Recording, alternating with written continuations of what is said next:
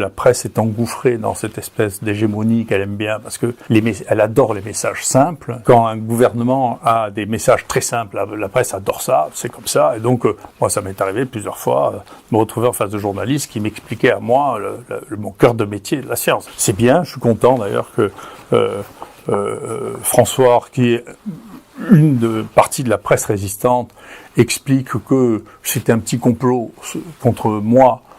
L'histoire des tuberculoses traitées avec des protocoles sauvages.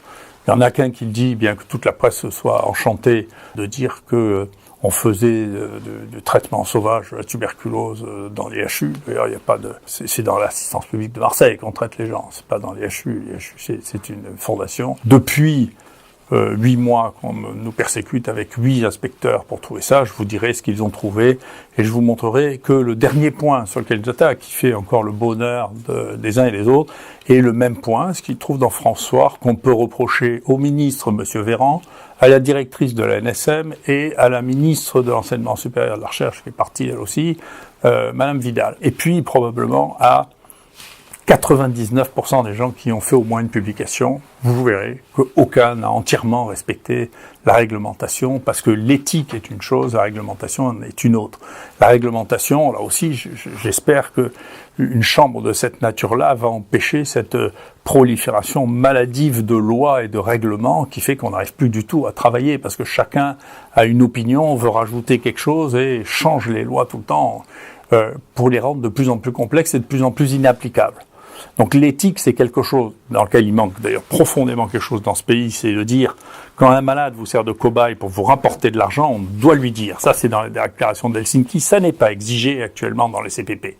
Voilà, ça c'est un problème d'éthique, c'est un problème de morale, donc c'est un problème d'éthique. Depuis le début de ma carrière, j'ai fait près de 3500 publications répertoriées dans les banques de données internationales, été cité 142 000 fois. Pour vous dire la vérité, personne n'a publié dans toute l'histoire, en France, autant de papier que moi.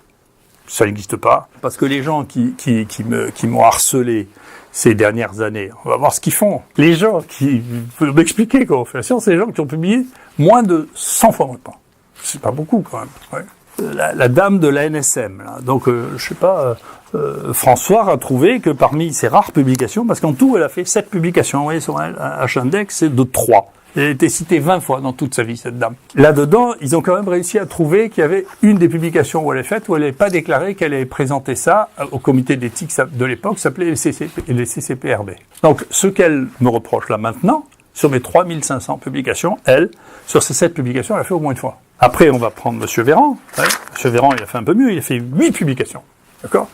Cité 55 fois, avec un H-index de 3. Ouais. Alors donc c'est eux qui vont m'expliquer ce que c'est la science, vont m'expliquer ce que c'est les maladies infectieuses, m'expliquer comment on traite les angines. Vous voyez, c'est intéressant.